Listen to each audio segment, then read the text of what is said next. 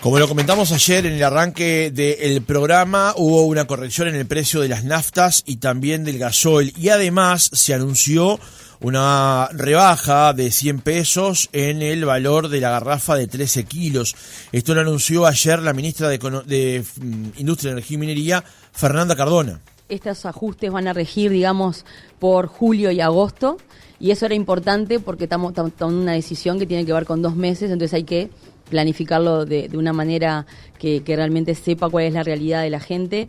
Y desde ese lugar, y trasladando todo lo que ustedes saben, que venimos hablando desde marzo, ¿no? Se realizó el informe correspondiente del PPI, de la URSEA, se realizó el informe preceptivo de ANCAP. Considerando todo eso a la vez, se va a ajustar la nafta 0,25, el gasoil 1 peso, y el supergas, como ya es sabido, hoy nos levantamos con esa buena noticia. Creo que eso era importante que también lo trascendiera a la ciudadanía y explicar el por qué. Va a bajar 100 pesos por garrafa de 13 kilos. A partir de este anuncio de parte de la ministra de Industria, Energía y Minería, Fernanda Cardona, se abrieron 2 debates. Uno con respecto al tema del precio de los combustibles en los surtidores, porque el precio de paridad de importación venía arrojando información que contradice el aumento que definió el Poder Ejecutivo. Y con respecto a esta baja de 100 pesos en la garrafa de Supergas, también hay debate porque aquí nuevamente se baja el precio de este carburante, pero se le baja no solamente a la población que más tal vez lo necesita, que calefacciona o cocina con el Supergas, sino a todos en general. Vamos a conversar de estos 2 temas con Ramiro Correa, integrante de SED, economista jefe en el Centro de Estudios para el Desarrollo. Ramiro, buen día, ¿cómo estás? Buenos días, espero que se encuentren muy bien y un saludo a toda la audiencia. Gracias por atendernos, Ramiro, esta mañana. En primer lugar, centrémonos en el tema de los combustibles en primer lugar. ¿Qué análisis haces de la corrección al alza que realizó el gobierno sobre el precio de la nafta y del gasoil? Bueno, es una muy buena pregunta. Lo que nosotros decimos es que este aumento de las naftas que se da a partir del 1 de julio contradice la tendencia del precio de paridad de importación, como bien decías tú.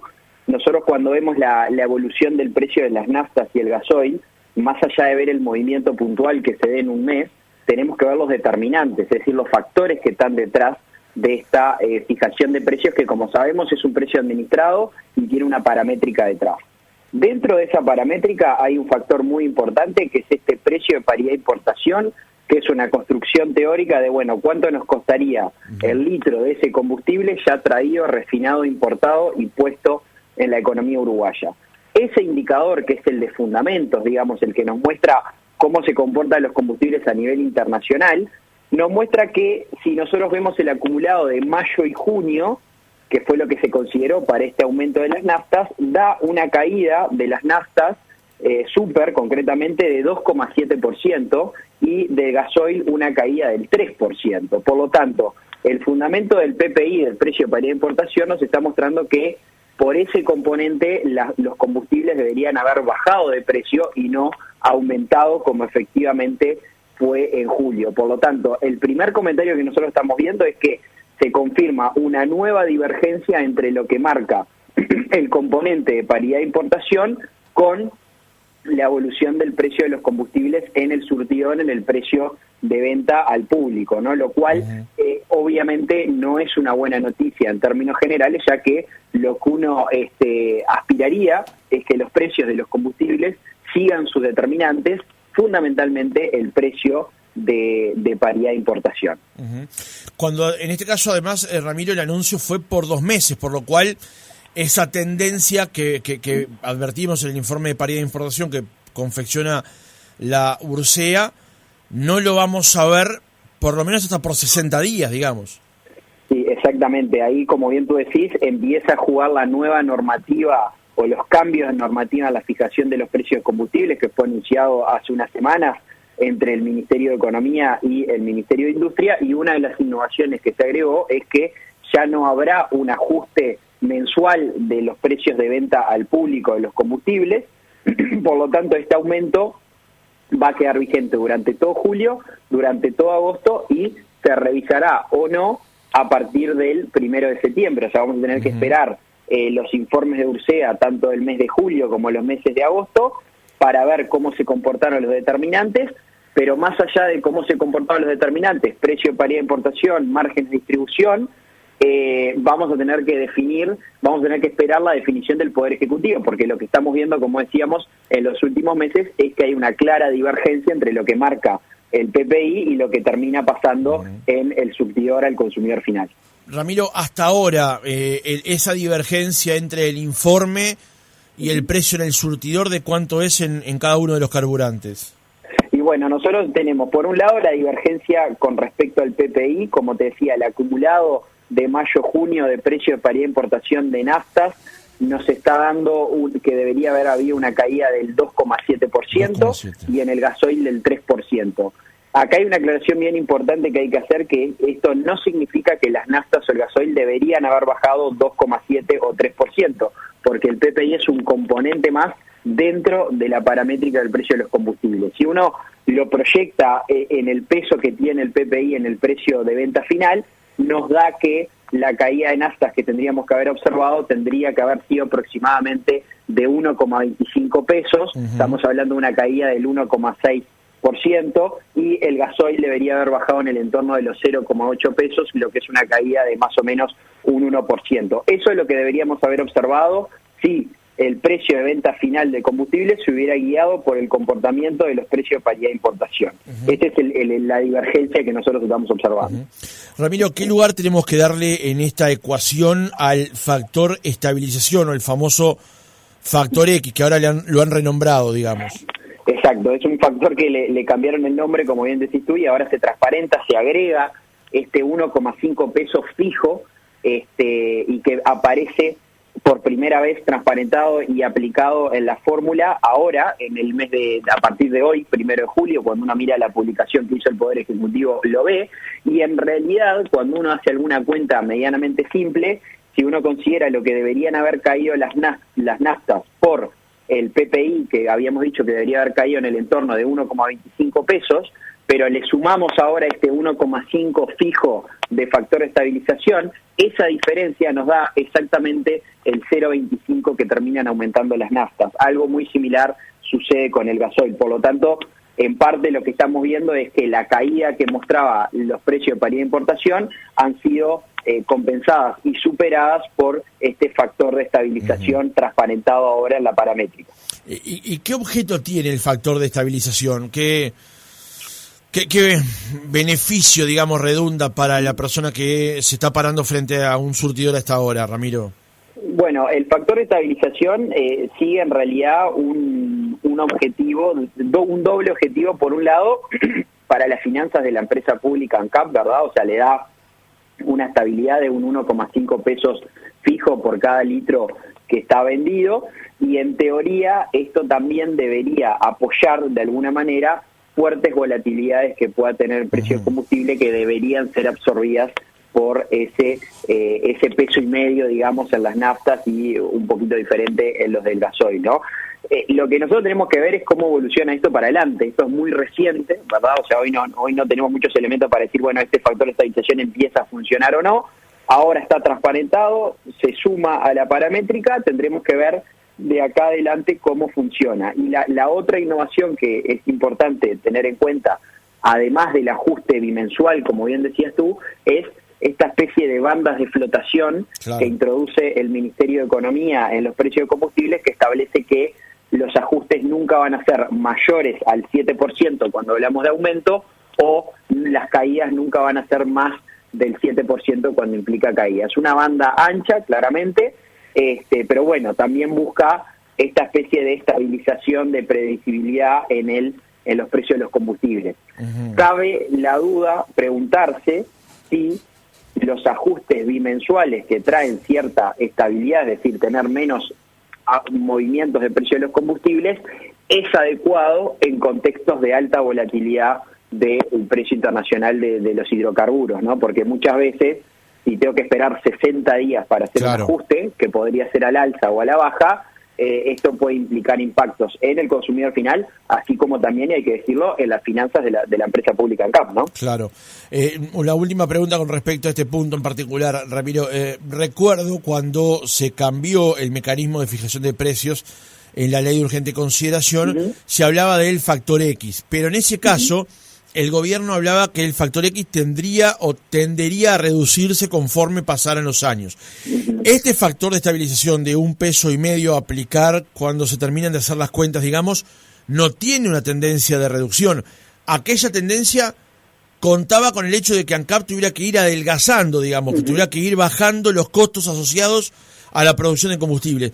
Acá este factor de estabilización no tiene ninguna fecha de finalización ni de reducción, ¿no?